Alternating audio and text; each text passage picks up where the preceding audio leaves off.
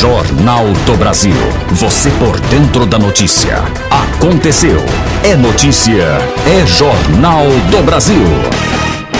Sejam todos bem-vindos. Quarta-feira, dia 28 de fevereiro de 2018. Estamos chegando com mais uma edição do Jornal do Brasil. Vamos às manchetes dessa quarta-feira. Sobe para 42 o número de mortes por febre amarela no Rio de Janeiro. Polícia Federal indicia Jacques Wagner e mais 2 por irregularidades em obras na Fonte Nova. Justiça nega pedido para afastar Segovia do comando da Polícia Federal. Beneficiários do INSS têm até hoje, quarta-feira, para comprovar vida. Essas e outras notícias agora na edição dessa quarta-feira, 28 de fevereiro, no Jornal do Brasil. Você está ouvindo Jornal do Brasil. Quem é beneficiário do INSS e ainda não fez comprovação de vida, tem até hoje, quarta-feira, dia 28, para fazer. A prova é obrigatória para todos os beneficiários do INSS que recebem por conta corrente, conta poupança ou cartão magnético. Quem não fizer a comprovação de vida no tempo previsto, poderá ter seu pagamento interrompido. Não é necessário ir à agência da Previdência Social. A comprovação de vida é feita diretamente no banco em que o segurado recebe o benefício, mediante a apresentação de um documento de identificação com foto ou fazer o reconhecimento biométrico nos terminais de autoatendimento que tem esse serviço. Quem não puder ir até a agência bancária por motivos de doença ou dificuldades de locomoção, pode comprovar através de procurador devidamente cadastrado no INSS. Até janeiro de 2018, 4,7 milhões de beneficiários do INSS não haviam comparecido aos bancos pagadores de seu benefício para comprovar que estavam vivos. O prazo inicial era 31 de dezembro de 2017, mas foi prorrogado até o dia 28 de fevereiro hoje. Então atenção, é importante que o beneficiário não perca esse prazo. Uma liminar suspendeu novas restrições a motoristas de aplicativos em São Paulo. A liminar atendeu a uma ação ajuizada pela Defensoria Pública e suspendeu 2 exigências: que os carros usados pelos aplicativos sejam licenciados na capital paulista e que tenham no máximo 5 anos de fabricação. A Prefeitura de São Paulo disse que ainda não foi notificada e destacou que sempre cumpre decisões judiciais, mas que vai recorrer em defesa da regulação do setor e da qualidade dos serviços.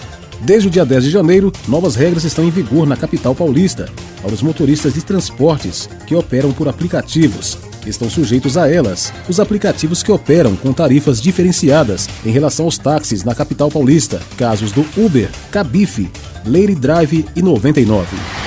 Você está ouvindo Jornal do Brasil. A Comissão de Ética Pública da Previdência da República abriu processo para apurar a postura do ministro da Educação Mendonça Filho, do Democratas do Pernambuco, no episódio da disciplina da Universidade de Brasília, UNB, sobre o golpe de 2016. O político terá 10 dias para explicar se ameaçou a autonomia da instituição de ensino superior ao anunciar recurso contra a matéria política. O processo foi aberto após denúncia do ex-reitor da universidade, José Geraldo de Souza Júnior, que alega que o ministro teve conduta irregular ao ameaçar o livre exercício da docência pelo professor titular do Instituto de Ciência da Universidade de Brasília, Luiz Felipe Miguel.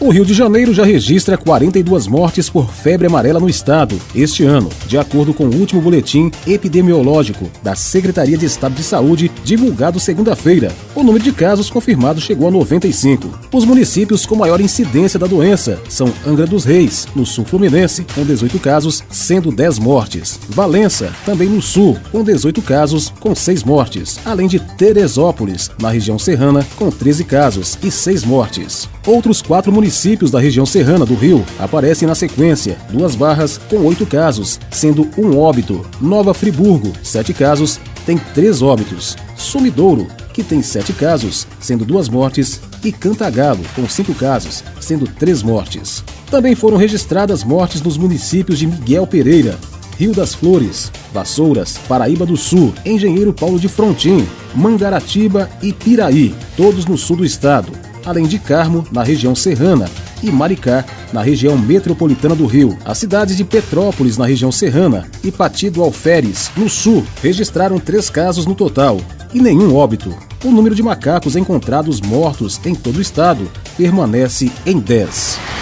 Você está ouvindo Jornal do Brasil. A Receita Federal vai exigir mais informações sobre os bens dos contribuintes no próximo ano. Além disso, será preciso informar o CPF de dependentes de qualquer idade. Em novembro do ano passado, a Receita Federal publicou uma instrução normativa que trata do cadastro de pessoas físicas, CPF. Por essa norma, os contribuintes que desejarem incluir seus dependentes na declaração do Imposto de Renda de 2018 deverão fazer a inscrição do CPF, caso tenha a partir de 8 anos. Até então, a obrigatoriedade valia somente para dependentes com 12 ou mais. A partir de 2019, a obrigação é para qualquer idade. No caso dos bens, neste ano serão incluídos campos para as informações complementares, mas o preenchimento não será obrigatório. No próximo ano, será obrigatório prestar essas informações. O Supervisor Nacional do Imposto de Renda, auditor fiscal Joaquim Adir, orienta aos contribuintes a preencherem todos os campos na declaração a ser enviada neste ano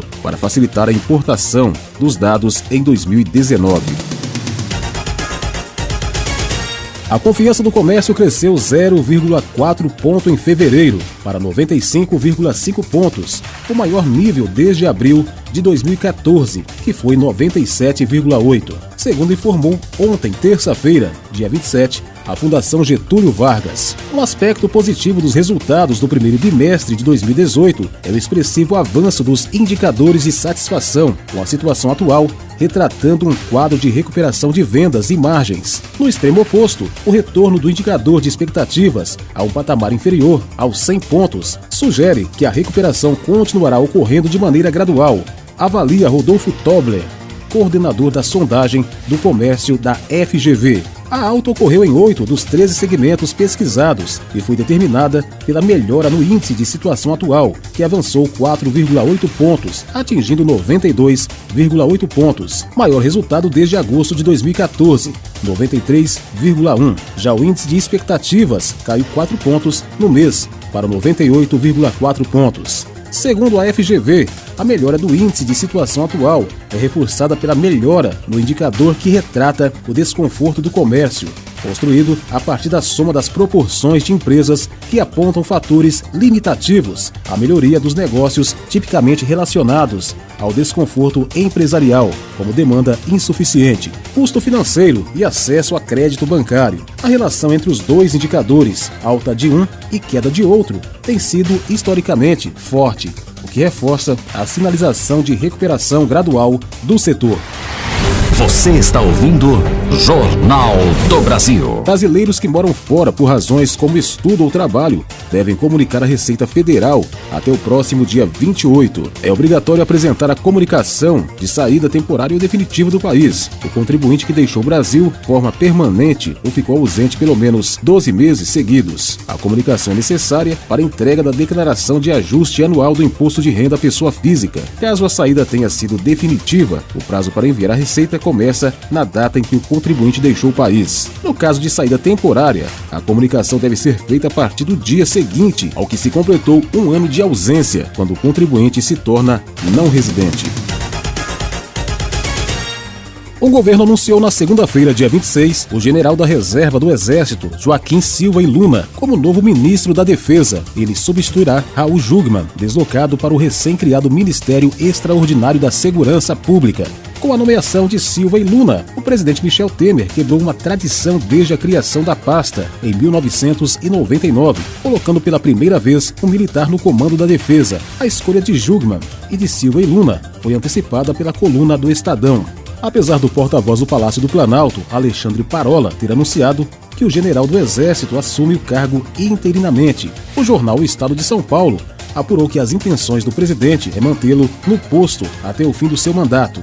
A escolha de Silva e Luna foi definida pelo ministro-chefe do Gabinete de Segurança Institucional, general Sérgio Etchegoyen. Ele já era uma espécie de braço direito de Jungmann, como secretário-geral do Ministério da Defesa. Você está ouvindo Jornal do Brasil.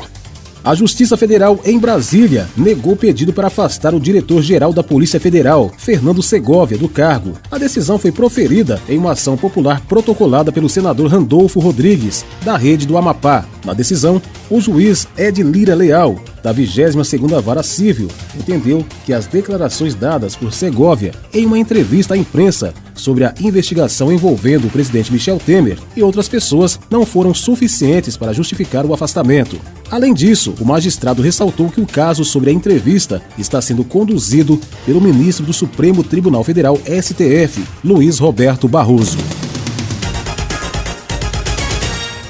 A Superintendência da Polícia Federal na Bahia confirmou que iniciou criminalmente o ex-governador Jacques Wagner, o secretário da Casa Civil do Estado da Bahia, Bruno Dauster, e o empresário Carlos Daltro, por recebimento de propina no âmbito da Operação Cartão Vermelho, deflagrada pela Polícia Federal para apurar irregularidades na contratação dos serviços de demolição, reconstrução e gestão do estádio Arena Fonte Nova, em Salvador. A Polícia Federal chegou a pedir a prisão temporária dos 3 indiciados, mas os pedidos foram negados pelo Tribunal Regional Federal da Primeira Região, TRF1, responsável pelos mandados de busca e apreensão que foram cumpridos em órgãos públicos, empresas e endereços residenciais dos envolvidos no suposto esquema criminoso, incluindo a casa do ex-governador da Bahia, Jacques Wagner.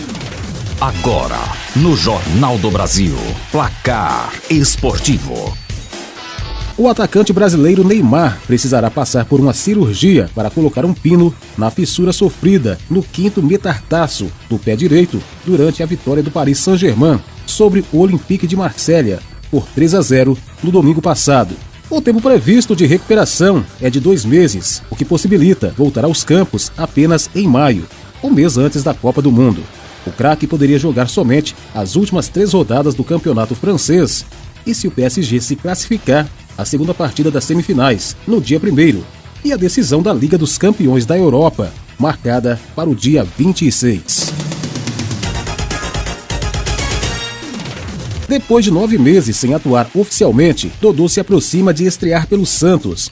Apesar do longo período, o lateral esquerdo não demonstrou falta de ritmo e revelou habilidades nos treinos. Bom passe e agilidade também entram nas características do camisa 16 e disputa posição com Jean Mota, dono da posição nos últimos 2 jogos, São Paulo e Santo André. Com aval do técnico Jair Ventura, Dodô chega ao Peixe para suprir a carência na posição.